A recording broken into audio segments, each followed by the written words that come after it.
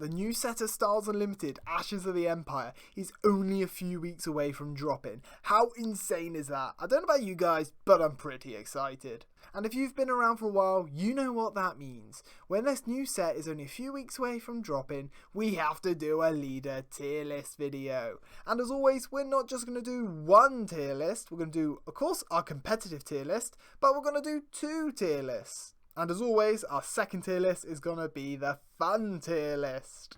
And if you're new to the channel and wondering how these tier lists work, we do one that's all about what I think is going to be competitive, which ones are going to define the meta, maybe see meta play. And we do one around what I think is going to be really good fun to play. So there things could be like the full Mando decks, or fun synergies, or just fun decks to play. But before we start ranking these leaders, let's break down these tier lists. Starting off with the competitive tier list, our top tier is meta. So this meta tier are simply decks I think will be meta. Like one of the top 5 decks in the game, ones that are going to be defining tournaments and consistently topping at these events. We've then got some meta play, so these are going to be really strong decks that I wouldn't be surprised popping up at tournaments. Will they be consistently winning things? No, but they'll be there and thereabouts. We've then got our situational rogue decks. The situational is basically if a certain leader becomes meta, then they're a really good counter for it, so they're going to be in there. Or the rogue deck, where if the meta opens up to a control meta, they're a really fast deck and I see them getting in there. Or vice versa. Maybe you need a control deck going meta, and maybe they can take that slot. We've got the locals, which is you can take it to locals and have fun. I don't see it seeing competitive play. Maybe the odd deck once every now and then, but you want to keep it at your locals. And then, of course, as always, we've got my Hunter tier. Oh, my precious Hunter in a showcase. I love the card. I love using the deck. But they're just not very good. When we move over to the fun tier list, and this is the one I enjoy the most, at the top we got the must build. These are the leaders I'm going to be building as soon as I get my hands on the decks. They're going to be leaders I am most excited to try. We then got the will try. They're my next step down, basically. They're the ones I definitely will try at some point over the set rotation, and videos will be made on these leaders, but they're not quite as exciting for me as the must build. We've got the try at some point. These are leaders, yeah, they look cool. I'll probably try them at some point. If my mate makes a deck of them, or one of you guys show me in my Discord a build, I'm going to try it. We got the might try. It looks okay. Yeah, I'll try it at some point, but I'm not going to exactly go out there and build one immediately. And last but not least, we got not my type. This isn't me saying it's a bad deck or a bad leader, it's just something that I don't fancy playing. For example, I'm not really a control player, so control would probably end up in here. And with the 2 tier lists explained, let's jump on to our first leader, and that's going to be the Armourer. So the Armourer, first of all, I've seen the showcase this one, and it is gorgeous. She's got an action, you exhaust her, play an upgrade from your resources on a unit that enter play this phase. If you do, the resource top card of your deck. Okay, so a couple of things. She's obviously designed for all the Mandalorian tokens, and you're going to equip them with upgrades from your resources. She's the Armourer, so she's arming up the Mandos. It's kind of like smuggling out upgrades. I love the concept, but the biggest thing for me, the unit has to enter play this phase. So you have to have the resources to play that unit and then do the upgrades, which is, ooh, that's hefty. Obviously, she's designed to play out those token units and then upgrade them from your resources, which is actually fairly cool and can be pretty strong.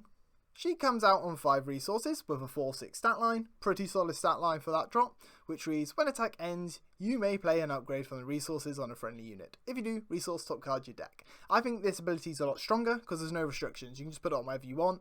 It's a shame it doesn't have an on attack because then you can't boost her. I see why they didn't do that, because imagine and just pay him free on attack to boost her with mastery. Disgusting. But it's still a pretty strong ability. I think if she had the no restrictions on her other side, this side, she would have been a lot stronger.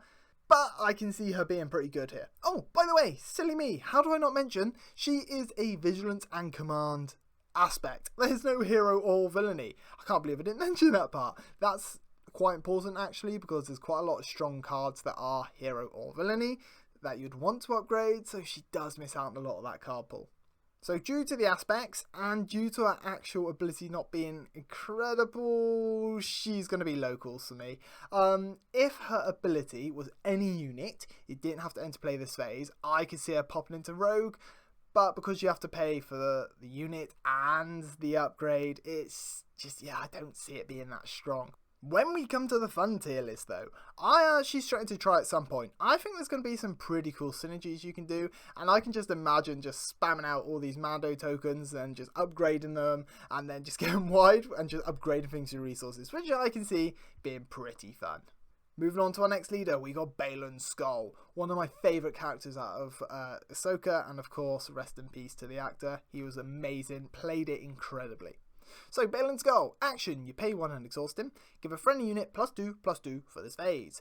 If it's the only unit you control in its arena though, that +2/+2 for 1 is actually really, can be really good, but the condition of being the only unit is a bit, rough. So immediately you're going to want to play it with control, because you want to get those units down as much as you can. And of course this gets insane synergy with the Shin Hati unit, the new one. This leader flips out on 5 with a 4/6 stat line. Yet again, solid stat line. I like a 4/6 for 5. 3/7 is arguably better, but you know me and my Phasma, 4/6 and me can work. On attack, you may give a friendly unit +2/+2 and Sentinel for this phase, if it's the only non-leader unit you control in its arena. Okay, so what's kind of cool about this is you can have Shin Hati and Baylan out, attack with Baylan and give Shin Hati that +2/+2 and Sentinel. Well, it don't have to be Shin, it can be anything you want. You can have Baylan out with another unit. Yeah, again, I just don't see it being that good. I think if you get it working, it can be amazing, because, well, this is very similar to the Captain Phasma unit that comes out and boosts something else. However, that's got a lot less restrictions than Baylan, so I'm not sure on this one. For me, he's into locals. I don't see him being that good. I feel like him and the Armourer are quite similar in power. That is actually kind of tough to pick from. I think they're very similar, but I think for now, I'm going to go Baylan ahead of the Armourer just because he has got that removal option in his deck. For the fun tier list, I love Baylan Skoll, so I really want to put him up here, but I feel like you're going to have to use him with removal. However, I think Blue Villainy Force is the way to go with him, and I think that could be a really fun deck to play. So for me, I'm actually going to put try in some point, just because it's Baylan Skoll, right? I absolutely adore the character, and I actually want to try him more than the Armourer. So don't be surprised if you see a Baylan Skoll deck pop up at some point from me. Up next, we've got Bo-Katan Kryze. So she's a command hero aspect card with the Mandalorian trait, of course she had to. She's got an action that reads, pay 2 and exhaust her. If you control a unit in each arena, create a Mandalorian token. So paying 2 for a 2/2 unit with shield is actually on rate, similar to Secret Sage and so forth. So it's actually alright. Compared to the Captain Rex unit, where you have to attack, pay 2 and you get a 2/2 without shield. This is a lot better, but this is the really cool thing about her. Epic action, if the number of resources you control plus the number of friendly Mandalorian units is 10 or more, deploy this leader. So you can actually cheat her out really early. Because otherwise, yeah, 10 resources is a lot. But yeah, you're going to go Mando spam, aren't you? And for me, that is super exciting and I can't wait to build that. But this ability is actually alright. Like, if you can get units going down in both arenas, you're flying. Especially because there's that really cool new unit where you play it out and you can create a Mando token and it's a space unit, so immediately her ability is live. When she deploys, of course she's a 10 cost with a 4/7 stat line. Let's be honest, if she was purely a 10 cost with that, it's horrendous, like really bad. But don't forget, we can bring her out. Realistically, you're probably bringing her out on 6 resources when you have 4 Mandalorian units, but if they keep your units off the board, it's going to be hard to get her out. She also reads, other friendly Mandalorian units gets +1, which is actually kind of good, because if you spam out a load of tokens, they're suddenly going to come free to shielded units, and of course you're going to be spamming to get her out, so yeah, that's pretty nice. And on attack, if you control a unit in each arena, create a Mandalorian token, so of course she's then attacking, and you're getting even wider, even more units. Yeah, I can see this deck getting silly if it's not put under control. However, I can see it being fairly easy to put under control. And the biggest problem with Bo-Katan is the Mandalorian units. Yes, we've got some really nice ones, but we haven't got enough to make a solid Mando deck, and that pains me to my soul. So Bo, as much as I want to put you higher up, you are going into locals, but I think you're stronger than these two. I think if you get that deck online, my word, it'll be hard to stop. But I feel like if it gets stopped early on, then yeah. For the fun tier list, easy, must build. Absolute must build. I was thinking we'll try, but she is up there for one of my first decks I'm going to make, and probably one of my first decks on the channel. A Mando deck, yes please. Up next, we've got the legend himself, and he's coming back, CardGame. So his aggression villainy, which reads action, exhaust him, deal 1 damage to a unit with 2 or more remaining HP. As always, ping effects in Star Wars Unlimited are very strong, especially on a leader where you don't need anything for it. Like, you don't need to play a certain type of card, you don't need to already have done something, you can just do that damage. So that instantly is a very strong ability in my opinion, and I feel like a lot of decks are really going to struggle against that. Yes, it's not as good as the CAD before, because the CAD before just activates immediately. However, that CardGame, they get to pick where the damage goes. You get to pick now, which is really nice. When he deploys, he is a 6 drop, so it comes out on your 6, with a 4/7 stat line and Overwhelm. Very similar to before, but now, of course, he hits back and hasn't got the raid, so he's actually harder for them to trade into. And on attack, you may deal 1 damage to a unit with 2 or more remaining HP. So, yeah, again, he's just pinging out damage. And that ping being on attack is actually kind of nice, because it means you can actually defeat 5 HP units with CAD, because you can activate the ping on the attack, do the damage, and then go in.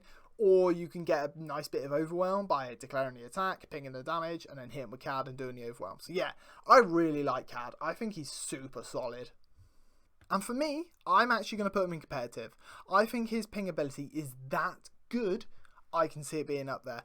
I was tempted to put in some meta play, but I was thinking about this just before recording, and I was like, he's going to end up like the other CardGame, I think. I think he'll end up being quite good. He'll disappear for a little while the meta does something else, and then he's going to come back. So I think he will see meta somewhere. Do I think he's going to be a dominant meta force? No. Do I feel like he will win some tournaments and will be floating around top 8s, top 4s? Yes, definitely. For the fun tier list, I'm putting him in Will Try. I actually quite like the idea of it, because there's so much cool stuff you can do with it. There's so many units out there already who synergize with this, and I just like building those sorts of decks. For instance, one of my favourite cards, it's a bit of a rogue one, but the Hunter and Assassin Droid gets raid 2 if they have a damage unit. Like, it just means this is going to go online straight away. So yeah, Will Try, and I really think CAD's going to be a pretty strong guy.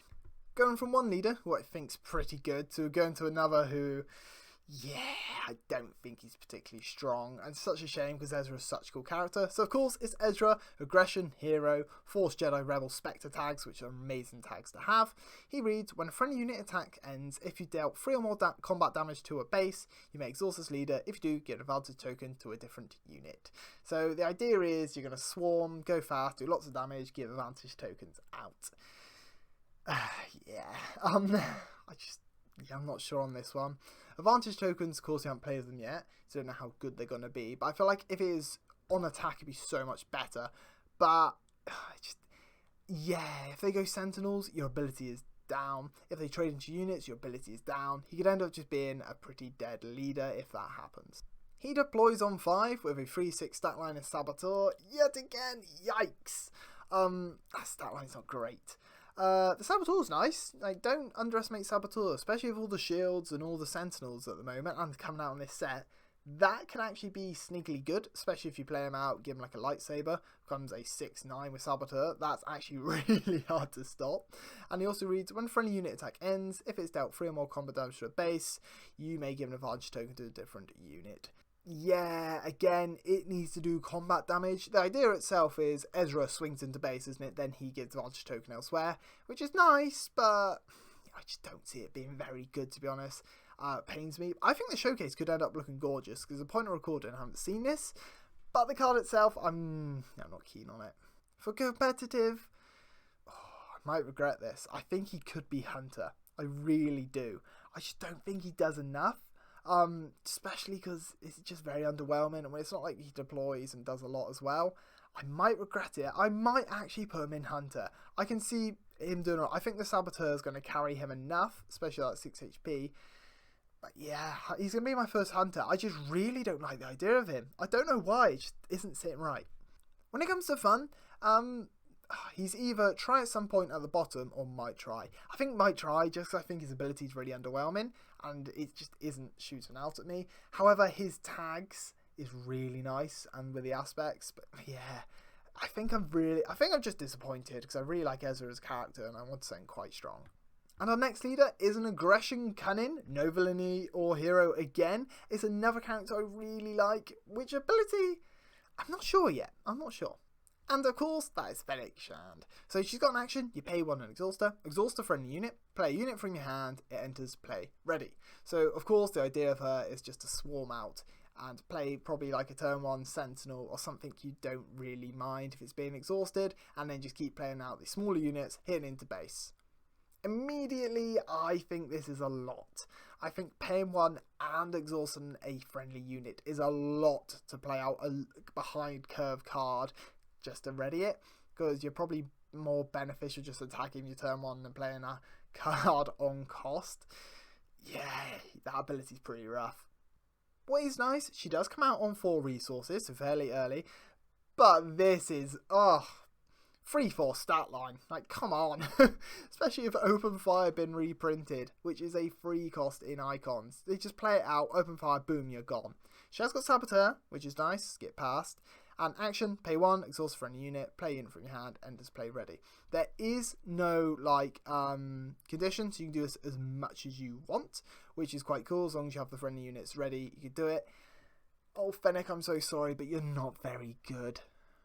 And yeah, competitive, I think she's probably the worst one so far. And when I put her here, it makes me think, oh, Ezra's actually a lot better than this. I'm going to put him in. You know what? Yeah. Ezra, you're going into locals, because compared to her, my word, you are better. For fun, oof. I think Swarm and Readying Up is fun, but I think she's so bad, it ruins it for me. I really like the artwork, and I think the showcase could be banging. I think not my type. I actually don't think I'm going to use her. Watch me now end up loving her, making a video on her. After Fennec, we've got Moff Gideon. Command Villainy. Action. You exhaust him. If a friendly Imperial unit was defeated this phase, play a unit from your hand. It costs 1 less. Beautiful. Great. Love it. He's also got Imperial and official tags, but that ability is really, really nice. Because one or two things. Because he is a 7-drop leader, you means you can just ram your units into their units, defeat both of them, and then play a higher costing card above curve when they're on curve. Gross. Or if you're playing that card where you defeat an Imperial and then you can ramp, you can then play another unit that costs 1 less. I really like this ability. We just need enough Imperial units to make it work, and there are a lot of Imperial units coming out in this set, so I quite like this. But this is where he gets a little bit nutty. So he's a 5/8, which reads, this unit gains each of the following keywords if it's on an Imperial unit in the discard pile. So we can get Ambush, Grit, Hidden, Overwhelm, Saboteur, Sentinel, Shielded, Support. Yes, you heard that right, you read that right. That can be disgusting. So if you've got an Imperial unit in the discard pile and it's got Ambush, he's got Shielded, and maybe let's go Sentinel, why not? You can immediately do the Ambush, you can defeat it, and then you can put the shield on him, and then he's a Sentinel. Like, oh my, that is disgusting. The possibilities here are endless, especially because he's got support as well. So in theory, you can bring him out, do the ambush, and then activate the support and they can attack too. Like, oh, I really like Moff Gideon. Like, I really like it. And to be honest, I don't need an excuse to go Imperial deck. I love making my Imperial decks. Will it see competitive play? No, I'm joking. Situational Rogue. I think a Moff Gideon deck will be made. I think one would do quite well every now and then. I think it could see some meta. I don't know. I need to see the Imperial cards more, because for those who don't know, I don't look into the cards too much. I wait to physically get them in my hands before I start making decks. So yeah, I think he could be quite good. I think into some matchups, into some metas, and you will see one every now and then top a tournament or go top 8. So Situational Rogue, I'm pretty happy with. For fun, I think he's top of Will Try. Get out of the way, Cad. Moff, you are in. Like, he is very close to must build, but there's just a couple of others I really want to build ahead of him. But yeah, super solid deck that I will be making, and I will be making a video on. Up next, we've got Grief Karga, and he is the one, I'm not going to lie, I am most excited for. So he's Cunning Hero, which reads, when you play or create a unit, you may exhaust this leader. If you do, give an advantage token to that unit. So yeah, not that flashy. Why am I so excited? Because he's basically Boba Dynamo. Oh my god, I love that deck so much. So long-time viewers of the channel know I created the ambush deck, which basically you ambush every single card you play and it gets +1 through Boba Dynamo. Grief does the same thing, if not better. I can still ambush and give it the +1 attack, essentially, with the advantage token. Or I could do the ambush, if the unit survives, then give the advantage token to it. So he's just a better version. And he's in Cannon, which has got all of the ambush in anyway. So he is my perfect leader. As soon as I saw him, I was like, this is the #1 leader I want to make. So he comes out on 6, just like Boba. He has a 4/7 stat line, just like Boba, and means when you play or create a unit, give an advantage token to that unit. So it's not once per turn anymore, you just as much as you want. And I absolutely love this. I know I'm going to be silly and build the ambush deck with him, but I can see some other builds coming out which actually is quite strong with him. For the tier list, is he going to be meta? The ability is insanely strong, it really is, but Boba didn't really do anything on the scene. Yes, it is a different format right now, with rotation and all of that. Is he better than Boba and see more competitive play than him? Yes. Will he win tournaments? No. Will he be consistent in tournaments? I don't think so. Will a rogue tournament pop up and he do well? Yes. Not a rogue tournament, what about? Will he do well at a tournament as a rogue? Yes. Is he better than Moff? I think Moff might do better. Ooh, I might regret that one, but yeah, I really think he's good. And I won't be surprised to see him do well every now and then. And well, keep an eye out. I might give it a go myself. I think you can tell where he's going in the fun maker. #1, 100% my #1. He is my #1 and probably going to be my first deck on the channel from the next set. Up next, we have got another deck I'm really excited to make, and that is Grogu. We've got a Grogu leader. So he's Cannon hero with no ability. No, he's just cute. When you play a unique unit, that's what this star is, it symbolises unique, that costs 4 or more. If this leader is ready, you may deploy him. So you play out a 4 cost, he comes out. So of course, comes out on the 4 with a 0/3 stat line. And reads, while another friendly unit is defending, it gets +1 attack. Pretty good that. While another friendly unit is attacking, the defending unit gets -1 attack. Pretty nice. So I actually kind of like this in a weird way. I'm just going to straight up say, is it good? No, terrible. I can't lie. But this ability is nice. Think how good that Lando Sentinel has been, that's reducing everyone's attack by 1. So for that reason alone, I think he's quite good. And I'm very biased because I really like Grogu. Like, this artwork's class and I'm dying to get his showcase. For the competitive scene, he's meta. I think, no, I'm joking. I think he's going to do alright. He's going to be locals. I think, I don't know, because I'm thinking of building him like an ambush sentinel kind of build, but it's just going to be a worse version of Grief. And I need that 4 cost. Yeah, I think he's going to be, do I put him Hunter? I know a lot of you screaming at your screen right now, put him Hunter, but I can't guys, he's too cute. So for me, he's bottom of locals. For the fun tier list, I'm going to make him, 100%. Do I make him over CAD? Probably. I know I'm nuts. For Grogu, I'm 100% going to try him. Is he good? No. But do I want to use him? Yes. But one thing, before we carry on with this tier list, if you enjoy StarWarsUnlimited content, that includes deck building videos, gameplay videos, box openings, gameplay tips, and so much more, then make sure to like and subscribe. So I don't want you guys to miss out, because there's lots more on the way, especially with Ashes of the Empire about to drop, and I don't want you guys to miss out. And not just that, it really does help the channel out. With that being said, should we carry on with this tier list? Up next, we've got Luke Skywalker. Vigilance hero, he had to be, like the iconic set 1 Luke, and when a friendly unit attack ends, you make Exhausted leader. If you do, heal 1 damage from that unit. Quite nice. So you can just keep ramming into units early on, healing yours up, hopefully theirs go down. Nice, solid. Is it anything super flashy? No. Is it consistent? Yeah. And what I like about it as well, it's not an individual action, so you have to activate it to get it off. It just happens in one moment. So when you finish that attack, it can just activate, which is really, really nice. Especially because if you've got a Sentinel out with damage on, hit the base with the Sentinel, then heal 1. He is a 7 cost with a 6/7 stat line, so he's a beefy leader once he drops. And he also reads, when friendly unit attack ends, heal 2 damage from that unit, or from your base. Wow. So he basically gives everything restore 2, or if you don't even need to heal, you can just heal all your sentinels or your units. It's really, really crazy. Especially because it includes himself, so Luke can heal himself if he wants, but let's be honest, he's mainly there just to heal from your base. It allows you to take that damage early, and then just ram into base, heal away, and they can't stop you. Or you can just then keep healing Luke, which is also disgustingly strong. For competitive, some meta play, 100%. I think his stat line alone is good enough as that 7 drop to be in there, especially in his colour combo. With a blue hero, you probably pair him with green. You're going to have a load of sentinels. You're going to have restore. You're going to have the upgrade, the removal. It's kind of there for him. He's kind of like the next Yoda. That's how I see him, the one from Twilight. So for me, he's going to see some meta play. I wouldn't be surprised to see him pop up in some tournaments every now and then. He's going to hard counter Cad Banemind, so if Cad does well, I expect Luke to then suddenly start doing well, especially with the next rotation as well. Of course, we don't know what's coming. I can see Luke just sticking around for a long time, being super good.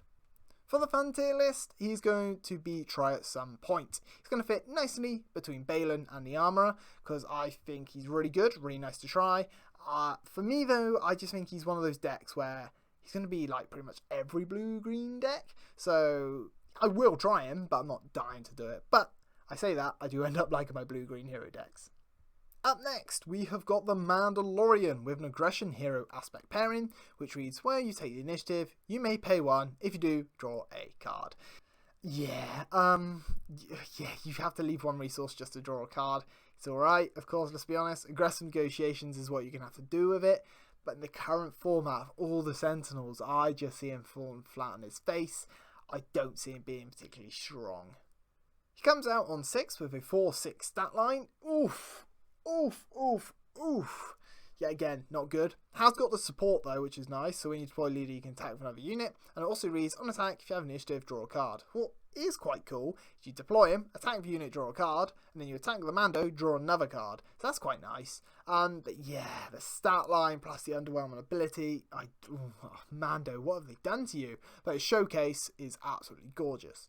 With that being said, if Sentinels don't end up being everywhere and it ends up in like a racy format and aggressive negotiations is there, I can see him doing alright because he is going to draw cards faster and more consistently than a lot of decks, meaning that aggressive negotiations are going to be live and a lot more deadly against certain decks.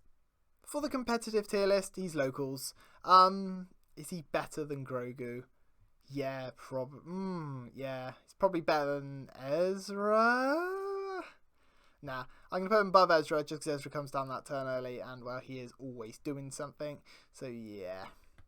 For the fun, he's a might try. The just card-drawn decks, they're alright for me. Just because it's the Mandalorian is probably the reason I will end up trying him. But I'm not, like, going to put myself massively out my way just to try the deck.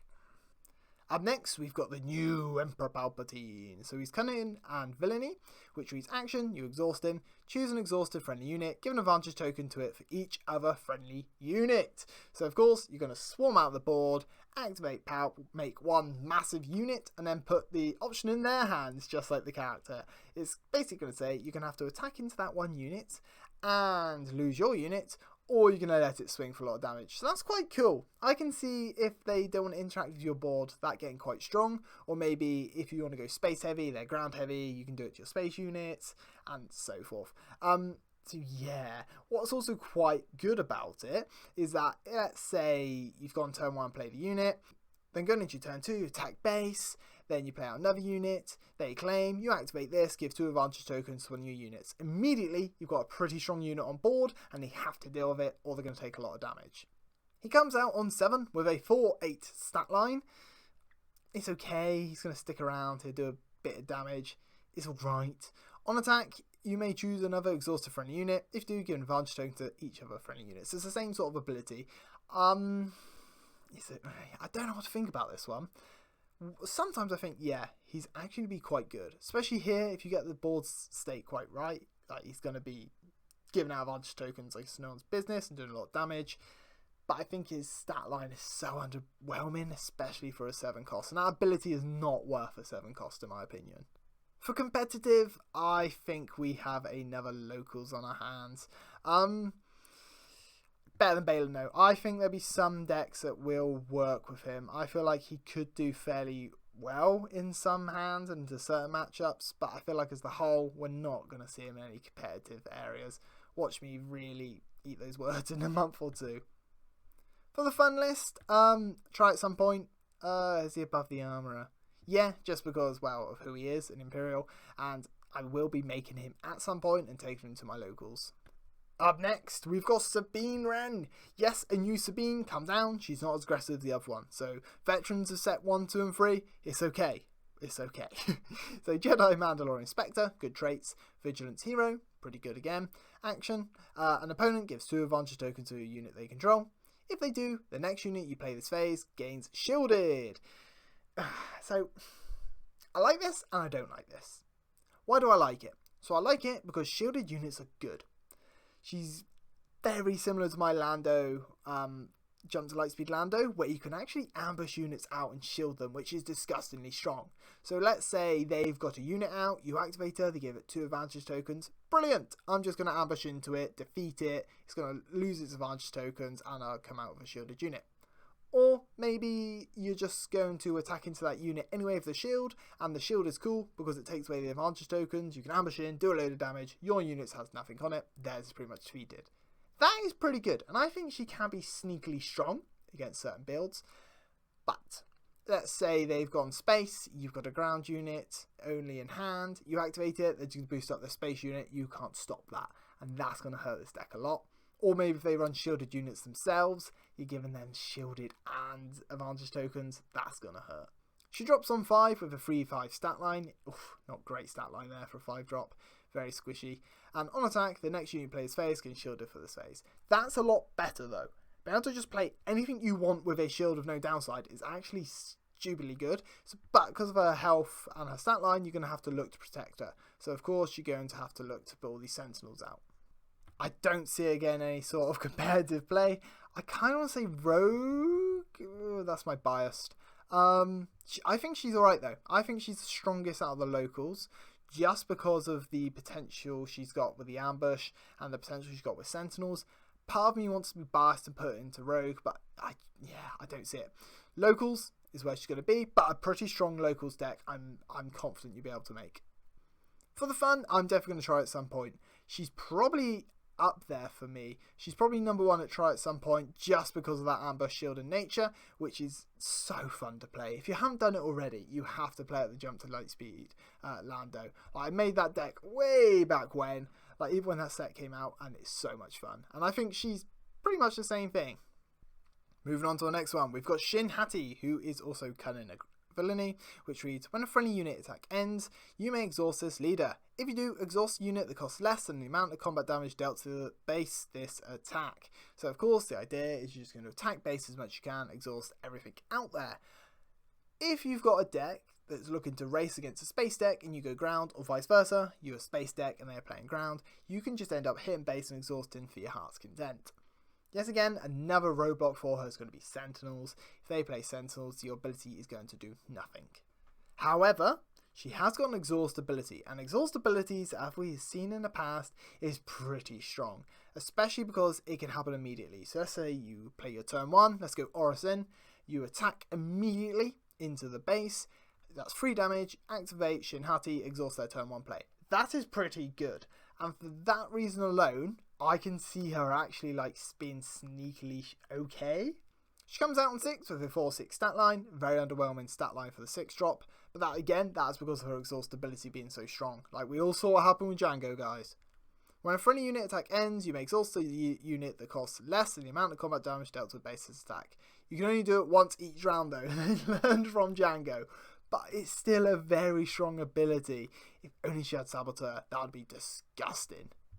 This is probably going to be one of my most controversial picks, but I think she's going to be Situational Rogue. Just because her ability is so good. Like, from my experience, Exhaust is so disgustingly strong that if you can make it work and against certain matchups, like, there'd just be nothing they can do. For fun, she's definitely in there for me. She's above Armourer. I'm actually going to move the Armourer down. Now I'm seeing all of these. I'm going to put above Palps as well. Yeah, I'm moving it down. But yeah, Shinhati I think would be quite good fun just because it's like an aggressive villainy sort of deck, and I can see partner up with like the Inquisitors, some hidden stuff, the Shinhati unit. It'd be quite good fun. Up next, we got Grand Admiral Sloane, and this one is pretty interesting. So action, choose one. Give each ground unit Sentinel and Overwhelm for this phase, so yours and theirs, and give each space unit Sentinel and Overwhelm for this phase. So this is quite cool. Immediately, when I saw this, my first thought is, play a load of shielded units, activate this, cool Sentinel and Overwhelm. Brilliant. Well, I've got shielded units, the Overwhelm's going to do nothing, and you have to attack into me. Or I can attack into you, do the Overwhelm, my unit survives. Really chaotic, really fun. She comes out on 5 with a 4/5 stat line. So if you play that Admiral Motti, which is also 4/5 but give leaders +2/+2, you can then play her down. She comes a 6/7 with Overwhelm, and each other friendly unit gains Overwhelm and Sentinel. So it's just your units, not theirs at this point, and that is so strong. Every one of your units getting Sentinel is just devastating for some decks. I think she's quite good fun. I think she might be sneakily okay. For the tier list, I think she's situational rogue. Yeah, again, I need to look into the game of like what's coming out in the next set a bit more to make her work. I think she's better than Shin for this scenario, just because I think shielded units give them Sentinel is so strong, and then her deploy is devastating against some decks. I think she's really good fun. Definitely going to try her at some point. Oh, I'm putting a smack bang in the middle. I think she's going to... No, actually, above Balin. I just suddenly thought, I'm just going to make such an annoying deck with her. That's going to be great fun. Up next, we've got Ahsoka Tano. I love my Ahsoka decks. So she's command, hero. With action, you exhaust her. Choose a unit with less power than a friendly unit. It gets +2 for this phase. So that's actually kind of nice. Just giving a unit +2 attack and it costs nothing. Is it a little bit slow? Yes. Does it give a chance to your opposition to, well, activate and exhaust it, bounce or whatever? Yes, it does. However, it's not that hard to use, especially because, well, StarWarsUnlimited, you tend to attack your strongest units immediately, so then you can then activate Ahsoka, boost something else up. It can also help against Sentinels, because if they play out a high costing card, they hit for a lot of damage. You can just boost up a smaller thing, hit for a lot of damage. I quite like it. I know it's not that great, but I like it. I've already started thinking of some nice synergies in my head. She deploys on 6 with a 5/6 stat line. I don't like the 6 health and a 6 cost. She has got support, which is nice, so you can attack the unit, and it gets this ability. On attack, you may give a unit with less power than this unit +2 for this phase. So of course, the idea is, you play her out, you attack the unit that has more power than Ahsoka, then you can boost Ahsoka up, making her a 7/6 on deploy, which is really nice. I actually quite like it. I feel like you'll be able to do a lot of damage with it out of nowhere. My bias is some meta play, but she won't. I want to say rogue. I do want to put her towards here. I really, really do. Ugh. But I know realistically she is just one for locals. But I'm going to actually put her in rogue, my next controversial one, just because I feel like if you've got Sentinels out already, let's say you play a Typho out, it's got 4 attack, your free drop, let's say it's the Obi-Wan Kenobi unit, you can activate Ahsoka, give it +2 attack, and they have to get through Typho to even touch it, so then you just hit for 5, which I think is really strong. So for that, I'm sticking her in rogue. And of course, she's in the hero green, so pair with blue, and off you go. For the fun tier list, she's a will try, probably just above CAD, just because, well, I really want to use her.